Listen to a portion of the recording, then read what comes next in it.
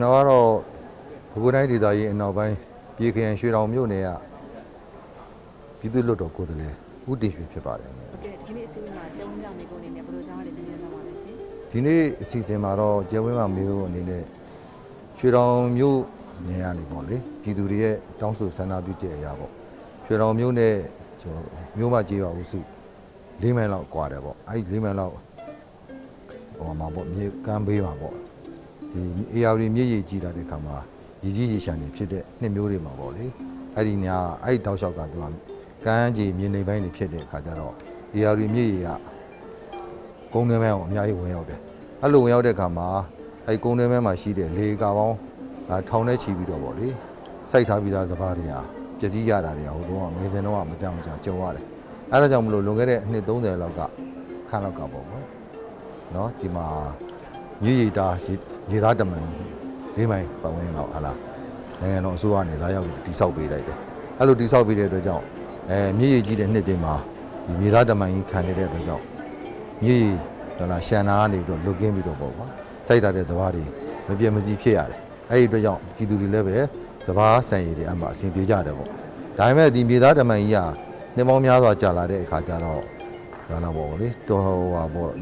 ့မျက်ခြုံနွယ်တွေစသဖြင့်ပေါ့ပေါရောက်တယ်နောက်ကြေးပန်ဝန်းကျင်ကြေးရွာကျွဲတွေနားတွေပေါ့လေလှုပ်ကြောင်ထားတဲ့အခါကျတော့အဲ့မှာဒီတမန်ကြီးကပေါ့ကြန့်ခံမှုအားတွေနဲတာပေါ့အဲ့တော့လူသွားလာလဲနဲတဲ့အခါကျတော့သက်ဆိုင်ရာဝန်ထမ်းတွေကလည်းပဲတစ်ခါတည်းရန်ဟိုတွားရောက်ပြီးတော့ကြီးစုပြီးတော့နိုင်မှုတွေအားနဲတာပေါ့အဲ့ဒီခါကျတော့တစ်ခါတည်းရန်တချို့အချိန်တွေမှာတစ်တင်မှာဆိုရင်မြေသားတမန်ကျိုးပေါက်တာတွေပါတယ်ရှိတယ်ပေါ့ရှိတဲ့အခါကျမှကြပြာဒီပေါ့လေဒီလူလောအားနဲ့တမန်တွေကိုဆယ်ခိုးကြရတယ်ပေါ့အဲ့တော့ဒီတမန်ကြီးဆယ်ခိုးလိုက်တဲ့အတွက်ကြောင့်အဲ့မှာအစင်းတော့ပြေပါတဲ့ဒိုင်းနဲ့ဒီပေါ့အရေးပေါ်ပေါ့ကွာအရေးပေါ်ခါလေးဖြစ်ပေါ်လာတဲ့ဟာတွေကိုနော်ဒီလိုမျိုးဒီတမန်မှာဟိုပေါ့ရှင်းလင်းသုတ်တင်ခြင်းမရှိတဲ့အတွက်နော်လူတွေရုပ်တရက်မမြင်နိုင်ဘူးပေါ့တာဝန်ရှိသူတွေလည်းပဲဟာလာအချိန်ပြီးတော့ရောက်ကြည့်ရှုနိုင်မှုအားနည်းတယ်ပေါ့ဟာလာအဲ့တော့ဒီတမန်ကြီးကအဲ့လိုအချိန်တွေဖြစ်တဲ့အတွက်ကြောင့်နော်ဒီတမန်ကြီးကတာယာရှင်းလင်းမယ်နောက်တစ်ခါဒီကမ်းခြေမြေကြောင်းတစ်လျှောက်မှာနေကြတဲ့ပြည်သူတွေကလည်းမိုးရင်းကာလမှာဒီကမ်းခြေမှာရှိတဲ့ပေါ့လေလူသွားလမ်းလေးတွေကနေပြီးတော့နော်တစ်နှစ်ပတ်လုံးထားလာရွှေတော်မြို့ပြနဲ့ဟာလာသွားကြလာကြတဲ့အခါကျတော့အမှန်တန်ခက်ခဲပင်ပန်းကြတယ်ပေါ့အဲဒီကုန်းတွင်းရမှာရှိတဲ့လူတွေကလည်းအဲ့ဒီအချိန်ကမိမိတို့ရဲ့ကောက်ပဲသီးနှံတွေပေါ့ကွာဟာလာမြို့ပြကိုပို့မယ်ဆိုလို့ရှိရင်လမ်းမဆက်သွေးရခက်ခဲဖြစ်တဲ့အခါကျတော့ပို့ဖို့မလွယ်ကြဘူးဒီကြားထဲမှာမြို့ပြကိုသွားပြီးတော့ကြောင်းနေကြတဲ့ကျောင်းသားလူငယ်လေးတွေလည်းပဲဟာလာနော်နေရနေပြီးတော့မြို့ပြကိုသွားပြီးတော့ဟာလာရုံတက်ကြကြောင်းတက်ကြတဲ့ကျောင်းဆရာဆရာမတွေဝန်ထမ်းတွေပေါ့အဲသူတို့တွေကလည်းပဲနော်ဒီကန္နာလမ်းလေးတွေကနေပြီးတော့ခဲခဲသွားရတယ်ပေါ့ကွာမိုးရင်းဆိုလို့ရှိရင်ရေးတက်လိုင်းကန္နာလမ်းသွားလို့မရတော့ဘူးရေမြုပ်တယ်အဲ့ဒီခါကျတော့ဒီတာပေါင်ကြီးကိုလူတွေကစိတ်ဝင်စားပြီးတော့တာပေါင်ဟာလာမိလူလူလောအားတယ်ပေါ့ရှင်းကြလင်းကြတယ်ပေါ့ကွာသက်ဆိုင်ရာဆရာဝန်ထမ်းတွေလည်းပါတယ်ပေါ့အဲ့လိုရှင်းလိုက်တဲ့အခါကျတော့တာပေါင်ကြီးကရှင်းလင်းသွားတဲ့အခါကျတော့တာပေါင်မှာမညီမညွတ်ဖြစ်နေတဲ့နေရာတွေမြေကလုံးတွေဓာတ်တွေကိုပေါ့ကွာဒါညှိကြတယ်ပြုကြတယ်ပေါ့ပြုပြီးတော့မှအဲ့ပေါ်မှာမြင်းဒီကြောက်စစ်တွေခင်းကြတယ်ပေါ့ရရွာတွေကလည်းနော်ရရွာလုံအားတွေနဲ့ပေါ့ကွာအဲ့လိုခင်းတဲ့ဒီလမ်းကြီးကလူသွားလမ်းကောင်းတစ်ခုဖြစ်လာတယ်ပေါ့အဲ့လိုဖြစ်လာတဲ့အခါကျတော့မှပဲလူတွေကအဲ့ဘက်တစ်ခွင်မှာရှိကြတဲ့လူတွေကမြို့ပြကိုဒီတာပေါင်လမ်းပေါ်ကနေပြီးတော့သွားကြလာကြကားရထားအမောင်ရထားပေါ်ပေါ့လေကားတို့ဟလာတို့ပေါ့မြင်းလဲတို့ပေါ့ကွာနောက်ကဆိုင်ကယ်တို့နောက်ကဟိုပါပေါ့သုံးဘင်းတို့စသဖြင့်ပေါ့ရင်ငယ်လေးတွေနဲ့ဟလာသွားကြလာကြတော့အဆင်ပြေကြတယ်ပေါ့ကွာအဲ့ပေါ့ဘာလို့ဆိုမြို့ပြကိုသွားဖို့ကဒီရေလမ်းကသွားမယ်ဆိုရင်လည်းရေလမ်းကတဆင့်ဟာလာမော်တော်တွေဘုံငယ်တွေနဲ့သွားတော့အမှန်ခက်ခဲပင်ပန်းတယ်အဲ့ဒီအချိန်မှာပဲနော်ခုနလိုမျိုးလှုပ်လိုက်တော့အဆင်ပြေကြတယ်ပေါ့ပြေလိုက်တော့ဒီတာလန်းကဒီ၄မိုင်လောက်ဝေးတဲ့ဒီတာလန်းကနေပြီးတော့ဒီအပတ်ဝန်းကျင်မှာရှိတဲ့ကြေးရွာ30လောက်ကမိကိုအားထားပြီးတော့နော်အဆင်ပြေပြေနဲ့သွားကြလာကြတော့နော်တော်တော်လေးအလင်းဖြေပြေတော့အစင်တော့ပြေကြတယ်ပေါ့သို့တော်လည်းပဲဒီတာပေါင်ကနော်အပေါ်မှာဒန်းအကျယ်ကလူတွေပြုပြင်ထားလို့ဟာလာဟိုကောရင်ငယ်လေးတစ်စည်းသာလောက်တော့သွားအောင်လောက်ပဲကျယ်ဝန်းတယ်ပေါ့ကွာအဲ့ဒီခါကျတော့ဟိုတခါတရံပေါ့ကွာမြို့ပြနဲ့ဟာလာကျေးလက်နဲ့အကြောင်းရှိလို့ပေါ့ဟိုမှာလူနာတင်ရင်တို့ဟာလာစသဖြင့်နော်နောက်ကမိသားရင်တို့ရုပ်တရက်ပေါ့ကွာသွားကြမယ်ဆိုလို့ရှိရင်လမ်းမှာရင်ချင်းစုံတဲ့အခါကျရင်ရှောင်ပြီးတော့သွားစရာလမ်းမရှိဘူးအဲ့ဒီခါကျတော့နော်ဒီတစ်ဖက်ဖက်ကရင်ရနေပြီးတော့နောက်ကျောင်းကိုပြန်ပြီးတော့ဆုတ်ပေးရတာမျိုးတွေ နောက်နည်းနည်းပါးလမ်းလေးပါလေးနည်းနည်းပါးလေးဟလာရလို့ကျဲလို့နည်းနည်းပါးရှိမဲ့နေရာလေးကိုဟလာလမ်းနှခမ်းသားမှာဟလာကတ်ရက်ပြီးတော့မှရက်ပြီးတော့တစ်ဖက်ရင်ကိုသွားတောင်လှုပ်ပေးရတာလို့ဆိုအခက်အခဲတွေဖြစ်တယ်ပေါ့အဲ့လိုဖြစ်တဲ့အခါကျတော့ဒီနေရာလေးတွေမှာဘာပဲဖြစ်ဖြစ်ဒီတာပေါင်ကြီးရဲ့ကြံ့ကန်မှုလေးဖြစ်အောင်တစ်ဖက်ကလည်းပဲဒီလမ်းသွားလမ်းလာနေတဲ့ဟလာအရေးပေါ်ရင်တွေသွားမယ်ဆိုရင်လည်းပဲလွယ်ကူသွားဟလာအလွယ်ကူသွားနိုင်အောင်ဒီတာပေါင်လေးကိုနော်ချက်တဲ့ထပ်ပိုးလေးပေါ့တစ်ဖက်ကနေတောက်လျှောက်ထပ်ပိုးလေးချက်တွင်ပေးလိုက်မယ်ဆိုရင်ဒီတာပေါင်လေးဟာတာပေါင်ရဲ့ကြံ့ခံမှုရောဘိုင်းရောဒီတာပေါင်ရဲ့ဟလာနော်ရေရှည်တက်တဲ့တည်တတ်မှုအကွမ်းရောအရေးပေါ်ပြောင်းဖြစ်လာရင်လည်းပဲသက်ဆိုင်ရာဟလာဝန်ထမ်းတွေကဒီသဲအိတ်တွေဘာတွေနဲ့လျင်မြန်ဟလာနော်ဒီချနိုင်တဲ့အနေထားလဲနော်ပို့ထိုင်အောင်စသဖြင့်နောက်ကတောနေပြည်သူတွေလည်းမိမိတို့ရဲ့ထုတ်ကုန်လေးတွေဒီမှာလွယ်ကူပို့နိုင်အောင်လမ်းမှာလျင်တွေ့လည်းပဲရှောင်လွှဲလို့ရအောင်ပေါ့ကွာဆိုရရည်ရွယ်ချက်နဲ့နော်လေးလေးကနေပြီးတော့ဒီတာတောင်ကြီးကဒီလိုချက်ထွင်ပေးရရင်တော့ကောင်းမယ်ဆိုပြည်သူတွေကလည်းဒါကိုဖြစ်စေချင်ကြတယ်အဲ့ဒီစံနာနဲ့ပဲလေးလေးကနေပြီးတော့နိုင်ငံသားကနေပြည်သူ့လွှတ်တော်ဥက္ကဋ္ဌရန်တစ်စစ်ဟာလားသက်ဆိုင်ရာဝန်ကြီးဌာနကိုအကြောင်းကြားထည့်ပြီးတော့ကျေပြုံးမြောက်မေကုန်းကိုမြင်းမြန်းကြခြင်းဖြစ်ပါတယ်အဲ့တော့ဒီတာပေါင်ကြီးကိုသူတို့တာပေါင်ကိုချက်ထွင်မယ်ဆိုလို့ရှိရင်တာပေါင်ရဲ့အရှိက၄မိုင်ရှိတယ်လေ၄မိုင်တော့ရှိတော့ငကိုမူလချက်ထွင်ရှိပြီးသားမြေသား၄ပါးလောက်ထပ်ပိုးပြီးတော့ရှိရမယ်ဆိုတော့ကုန်ကြမဲ့စရိတ်ကငွေကျပ်ဘီလီယံသန်းဘီလီယံခန့်လောက်ဘီလီယံလောက်အနေထားလောက်ကုန်ကြမဲ့အနေထားတော့ရှိပါတယ်အဲ့တော့နိုင်ငံတော်မှာလည်းပဲပြုပြည်တိဆောက်ရေးတွေကအများကြီးဟလာလုပ်နေရတဲ့ခါကျတော့တကယ်လို့နော်ဒီဘဏ္ဍာငွေအခက်အခဲအရာဒါကိုတိဆောက်ဖို့ရအခက်အခဲရှိမယ်ဆိုရင်လည်းပဲရှိတယ်လို့ရှိမယ်ဒါကြောင့်ဟလာတိဆောက်ပေးဖို့အခြေအနေမပေးနိုင်ဘူးလို့ပေါ့လေသက်ဆိုင်ရာဝန်ကြီးဌာနဖြေကြားမယ်ဆိုရင်လည်းပဲကျွန်တော်ထပ်ဆင့်မေးခွန်းအနေနဲ့ပေါ့လေကဲပြည်သူရဲ့စန္ဒာလေးတွေလည်းဖြည့်သီးရလဲရောက်ပေါ့ဟာလားနိုင်ငံတော်လည်းပဲငွေကြီးချွေတာရောက်အောင်နော်ကျွန်တော်လည်းပဲဟာလားနော်ငားမရလည်းပဲကျွန်တော်ရေချိုးပြန်လို့ရအောင်ပေါ့ဗျာဟာလားဒီနေရာမှာအားလုံးအဆင်ပြေအောင်နော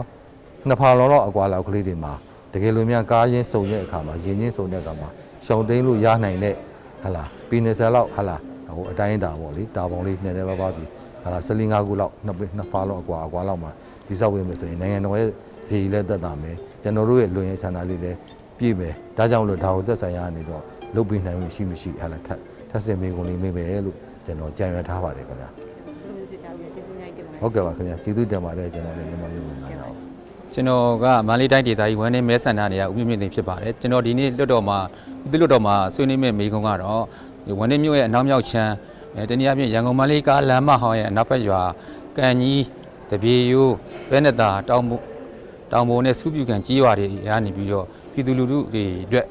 လွယ်ကူနှင်းမြန်စွာအသုံးပြုနိုင်ဖို့ရုပ်ကူတရားကြီး၃စင်းကိုတင်ပြဆွေးနွေးတော့မေးမြန်းတော့မှာဖြစ်ပါတယ်ဘာကြောင့်မင်းရလဲရှင်ဒီဒေသကမိဘပြည်သူတွေကဒီရန်ကုန်မန္တလေးလမ်းမကိုလာတဲ့အခါမှာဒီရိုးကြီးကိုဖြတ်တန်းသွားလာကြတာဒီရိုးကြီးကမိုးရင်းကာလမှာရေစီးအင်မတန်တန်ပြီးတော့အလွန်များပြားတဲ့ရေစီးဆင်းတဲ့စူးလုံးကြီးတွေအစပါကြတယ်အဲ့မှာလဲတွေနွားတွေကူးလို့ရှိရင်ဒီကရေစီးတန်တဲ့အတွက်ပါသွားတဲ့အနေအထားလေးရှိတဲ့အတွက်ဒါအမှန်တကယ်လိုအပ်နေလို့ကျွန်တော်တင်ပြခြင်းဖြစ်ပါတယ်ဟုတ်ကဲ့ဒီလိုသာဆောင်ရွက်ပြီးမယ်ဆိုရင်ဘယ်လိုအကျိုးကျေးဇူးတွေရလာနိုင်လဲဒီတရားကြီး၃စင်းကိုနိုင်ငံတော်အစိုးရတိစောက်ပြီးလိမ့်မယ်ပြည်သူလူထုကအတိုင်းမသိဝမ်းသာမှာဖြစ်ပါတယ်နောက်ပြီးတော့ဒီကောက်ပဲတီးနဲ့ဒီမြေပဲတွေကလည်းဒီဒေသတွေကတအားထွက်ရှိတဲ့ကြတော့ဒီရန်ကုန်မန္တလေးလမ်းမပေါ်ကုန်စည်တိုင်းတွေပို့ဆောင်တဲ့အခါမှာလွယ်ကူချင်းမြန်လာမှာဖြစ်ပါတယ်ဟုတ်ကဲ့ကျွန်တော်လည်းကျေးဇူးတင်ပါတယ်ခင်ဗျဟုတ်ကျွန်တော်ဒီနေ့မှာကျယ်ဝန်းပြမိခွန်းဖြစ်ပေါ့နော်မြစ်သားမျိုးနဲ့အင်းရှိတောင်ကျေးရွာအုပ်စုနဲ့ဒီဘက်ကခူးရုပ်ကျေးရွာကြားမှာရှိတဲ့ပန်းလောင်မြေကူသရာလေးကိုကျွန်တော်တို့ကွန်ကရစ်တရားတိဆောက်ပေးဖို့တောင်းဆိုသွားမှာဖြစ်ပါတယ်။ဘာကြောင့်ဒါကိုတောင်းဆိုရတယ်လဲဆိုတော့ဒေသခံပြည်သူတွေဖို့ပေါ့နော်ကျေးရွာမှာအဲ့အုပ်စုမှာဆိုရင်အင်ဂျီ600ကျော်လူဦးရေအဖြစ်2600ကျော်တရှိနေထိုင်ပြီးတော့လေဧကစုစုပေါင်းဧက2000ကျော်လောက်စိုက်ပျိုးထုတ်လုပ်တဲ့ကျေးရွာဖြစ်ပါတယ်။အဲ့ကျေးရွာတကယ်လို့ကုမဲမြို့ကိုသွားမယ်ဆိုရင်4မိုင်ကျော်လောက်လမ်းစိုးကြီးကိုဖြတ်တန်းပြီးတော့သွားရတယ်။အဲ့ကုမဲမြို့ကိုမသွားဘဲနဲ့ကျွန်တော်တို့ဒီဘက်မှာကတ္တရာလမ်းရှိတဲ့ရခိုင်ကြီးတိုက်နယ်ကိုသွားမယ်ဆိုရင်လည်းပဲကျွန်တော်တို့9မိုင်ကျော်လောက်သွားတဲ့ရွာလေးဖြစ်တဲ့လမ်းကမကောင်းဘူး။သို့တော့ကျွန်တော်ခုတောင်းတဲ့လမ်းကိုသာကတ်ဟိုပေါ့ကွန်ကရစ်တရားဆောက်ပေးလိုက်မယ်ဆိုရင်ကျွန်တော်တို့ကကင်တာ10ကနေလာတဲ့22မိုင်ကတ္တရာလမ်းကိုနှစ်ဖာလုံလောက်နဲ့ရောက်သွားပြီးတော့ဒေသခံပြည်သူတွေဖို့စိုက်ပျိုးသီးနှံနေအပါဝင်ဒေသရဲ့တိုးတက်ဖွံ့ဖြိုးမှုတွေအတွက်မှာအများကြီးအသုံးဝင်သွားမယ်လမ်းဟိုပေါ့တရားဖြစ်လို့ကျွန်တော်အနေနဲ့တောင်းဆိုရခြင်းဖြစ်ပါတယ်ဗျာဟုတ်ကဲ့ပါဒီလိုသာဆောင်ရွက်ပြီးမယ်ဆိုရင်တော့ဒါအတွက်နောက်ထပ်အကျိုးကျေးဇူးတွေရလာနိုင်မယ်ဆိုတော့ပြောပါဦးရှင်ဟုတ်ကဲ့တကယ်လို့နိုင်ငံတော်အမြန်ပေါ့လीเนาะဒီကျွန်တော်တောင်းဆိုတဲ့ပန်းလောင်မြေကူတရားလေးကို အင်းရှိတောင်နဲ့ခူးတို့နောက်ရွာကိုဆက်သွယ်တဲ့ပန်းလောင်မြေကုသရာလေးကိုစောက်ပေးမယ်ဆိုရင်ဒေသခံပြည်သူတွေရဲ့စိုက်ပျိုးမွေးမြူရေးနဲ့ပတ်သက်တဲ့ထုတ်လုပ်တဲ့ကုန်ပစ္စည်းတွေဈေးကောင်းရလာမယ်အခုတော့ဖြင့်ဒီသွာလာကြီးခက်ခဲတယ်မလွယ်ကူတဲ့အတွက်ကျွန်တော်တို့ဥမာဖြင့်ငှက်ပြောဆိုရင်ကျွန်တော်တို့ရှိမှငှက်ပြောတွေစိုက်တယ်ငှက်ပြောဆိုရင်အခိုင်40ကိုလဲတစည်းလို့ခေါ်ပါတယ်ဒီဘက်ဒီတခြားဒေသမှာဆက်သွယ်လို့သွာလာလို့ကောင်းတဲ့ဒေသမှာဟလာငပြောအခိုင်40ကို9သိန်းဝယ်ရင်ကျွန်တော်တို့အိမ်ရှိတောင်ကြည့်ပါအုပ်စုကငပြောကို3သိန်းခွဲပြင်ပိုးမဝယ်ပါဘူးဘာလို့ဆိုတော့ဒီဘောင်လန်းကြီးကိုခက်ခဲကြမ်းတမ်းစွာဖြတ်သွားရတယ်အကြာကြီးသွားရတဲ့အတွက်ဒီကုန်ထုတ်လုပ်မှုဒီကုန်ကြစိတ်တွေပေါ့နော်နောက်တစ်ခုကလမ်းမကောင်းတဲ့အတွက်အန်တီရဖြစ်နေတယ်ဒါကြောင့်မလို့ဈေးနှုန်းတွေလျှော့ရတယ်ပေါ့နောက်တစ်ခုကပညာရေးနဲ့ပတ်သက်လို့လည်းမူလတန်းကျောင်းလေးပဲရှိတာဖြစ်တဲ့အတွက်အလယ်တန်းပညာရေးနဲ့အထက်တန်းပညာရေးကိုမျိုးပြတွေနဲ့အိမ်နာမှာရှိတဲ့ရခိုင်ကြီးတိုက်တဲ့ဟိုအထက်ခါကိုသွားတင်ရတယ်အဲ့ချိန်မှာလည်းပဲဒီလမ်းမဆက်သွယ်ရေးမကောင်းတဲ့အတွက်သွားရေးလာရေးခက်ခဲတဲ့အတွက်တချို့ဆိုရင်မူလတန်းကျောင်းပညာရေးနဲ့ပဲအဆုံးသတ်ပြီးတော့အလယ်တန်းနဲ့အထက်တန်းကိုဆက်မတင်နိုင်ဘူးဒါကတော့ပညာရေးနဲ့ပတ်သက်လို့ကျမကြီးနဲ့ပတ်သက်လို့လည်းထိုနည်းတူစွာပဲအရေးပေါ်လူနာတွေဥမာဖြင့်မွေးလူနာတွေဆိုရင်ကျွန်တော်တို့ဒီလမ်းပန်းဆက်သွယ်မှုခက်ခဲတဲ့အတွက်ဟလာအရေးပေါ်ဖြစ်တဲ့အခါမှာမြို့ပြဆေးရုံတွေသွားတဲ့အခါမှာ4မိုင်5မိုင်ဟာမဝေးဘူးဆိုပေမဲ့လမ်းခက်ခဲတဲ့အတွက်ကြန့်ကြာပါတယ်ဒါကြောင့်မလို့ကျမကြီးဆောင်းရှောက်မှုတွေနောက်ကျမှရတဲ့အချို့ဆိုရင်ဒါမလိုလားအပ်ဘဲနဲ့ပေါ့နော်အသက်သေဆုံးမှုတွေရှိတဲ့အချိန်ထိကျမကြီးမှလည်းနောက်နေရတယ်ဒါကြောင့်မလို့ပညာရေးကျမကြီးလူမှုရေးစီးပွားရေးဗတ်ပေါင်းစုံကဟာလာဒီဒေသတိုးတက်ဖွံ့ဖြိုးလာဖို့ဆိုရင်ဒီပန်းလောင်မြေကုသရာလေးတိဆောက်ပေးလိုက်ခြင်းအပြင်နှစ်ဖာလုံးပဲဝေးတယ်ဒီဘက်ကကင်နာဆယ်ကတ္တရာလမ်းကိုလာဆက်ဖို့အဲ့ဒီကနေကုမဲကိုကတ္တရာလမ်းနဲ့သွားလို့ရတယ်ဒါဆိုရင်ကျွန်တော်တို့အများကြီးဒေသအတွက်အကျိုးရှိမှာဖြစ်လို့ဒါလေးကိုကျွန်တော်တို့ဒီတရားတိဆောက်ပေးဖို့တောင်းခံရခြင်းဖြစ်ပါတယ်ဗ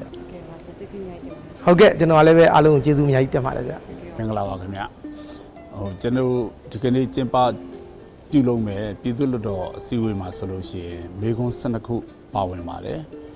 နောက်ဒေါက်တာထေဝင်းတင်သွင်းထားတဲ့ဒါအဆိုကိုဒီကနေ့လွှတ်တော်ကိုယ်စားလှယ်73ဦးကနေပြီးတော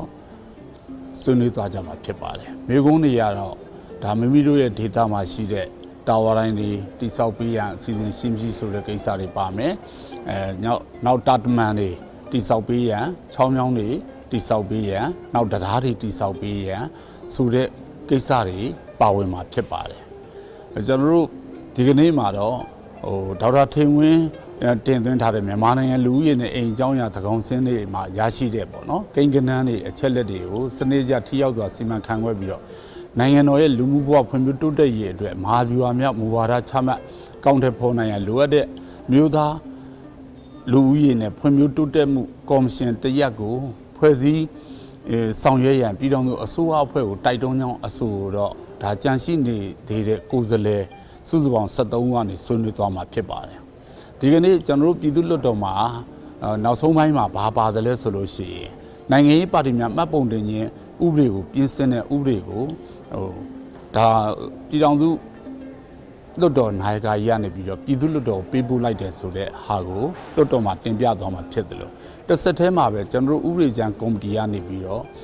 ့ဒီဥပဒေနဲ့ပတ်သက်တဲ့အစီရင်ခံစာကိုတင်သွင်းသွားမှာဖြစ်ပါတယ်ဒီလိုတင်သွင်းပြီးတဲ့အခါမှာပြည်သူ့လွှတ်တော်ဥက္ကဋ္ဌကြီးကနေပြီးတော့ဒီနိုင်ငံရေးပါတီများမှတ်ပုံတင်ခြင်းဥပဒေနဲ့သက်ဆိုင်တဲ့ပြင်ဆင်ခြင်းအဆိုတင်သွင်းလို့တဲ့လွှတ်တော်ကိုယ်စားလှယ်တွေရှိလို့ရှိရင်တင်သွင်းနိုင်အောင်ရက်ကိုတတ်မှတ်ကြေညာသွားမှာဖြစ်ပါတယ်ပြည်သူ့လွှတ်တော်မှာဆိုလို့ရှိရင်ဆောက်လုပ်ရေးဝန်ကြီးဌာနနဲ့သက်ဆိုင်တဲ့မေခွန်း6ခုကိုကိုယ်စားလှယ်များကမေးမြန်းကြပါတယ်ဆောက်လုပ်ရေးဝန်ကြီးဌာနကလည်းပဲကျွန်တော်ဒေတာအလိုက်ပြည်သူတွေအပေါ်မှာစိတ်ထားစိတ်နာကောင်းစွာနဲ့ရှားရှားပါးပါးဒီမေခွန်း6ခုသလုံး2029 2028ဘဏ္ဍာနှစ်မှာယာရဆောင်ရွက်သွားမယ်ဆိုတဲ့အတွက်ကျွန်တော်တို့အနေနဲ့ဝန်ကြီးဌာနကိုကျေးဇူးတင်ရှိသလိုကျွန်တော်ရဲ့ပြည်သူတွေအတွက်ခွန်အားဖြစ်စေတဲ့ဖြေကြားမှုဖြစ်တဲ့အတွက်ကျေးဇူးတင်ရှိကြောင်းကိုကျွန်တော်အနေနဲ့ပြောကြားလိုပါတယ်ကျွန်တော်တို့ဟာဆိုလို့ရှိရင်လွတ်တော်ကိုနေ့စဉ်နေ့တိုင်းဆောင်ရွက်နေတဲ့အခါမှာနိုင်ငံတော်နဲ့နိုင်ငံသားကောင်းကျိုးတွေကိုမေခွန်းမေးမြန်းခြင်းကျွန်တော်တို့အဆိုတင်သွင်းခြင်းနောက်ဥပဒေများပြဋ္ဌာန်းခြင်းတွေကိုကျွန်တော်ဆောင်ရွက်ကြရတာဖြစ်ပါတယ်အခုစဉ်တိုင်းဆက်တိုက်ပဲနိုင်ငံရေးပါတီများမှတ်ပုံတင်ခြင်းဥပဒေလာမယ်နောက်ထပ်ကျွန်တော်တို့ပြည်သူ့လွှတ်တော်အမျိုးသားလွှတ်တော်ဆိုင်ရာဥပဒေတွေကိုပြင်ဆင်တဲ့ဥပဒေတွေဆက်တိုက်လာတော့မှဖြစ်ပါတယ်ဒါကြောင့်ဒီတစ်ပတ်လွှတ်တော်ဟာဆိုလို့ရှိရင်တော့တစားမြိုင်ဆိုင်ပြည်သူနဲ့တိုင်းပြည်အတွက်ကိုကောင်းကျိုးများဖြစ်ထွန်းစေမယ့်လုပ်ငန်းစဉ်များကိုကျွန်တော်လွှတ်တော်ကိုယ်စားလှယ်များဟာလွှတ်တော်ကြီးအတွင်းမှာစွမ်းတမန်ဆောင်ရွက်လျက်ရှိပါကြောင်းကိုကျွန်တော်အနေနဲ့ရှင်းလင်းတင်ပြရပါတယ်အားလုံးကိုကျေးဇူးတင်ပါတယ်ခင်ဗျ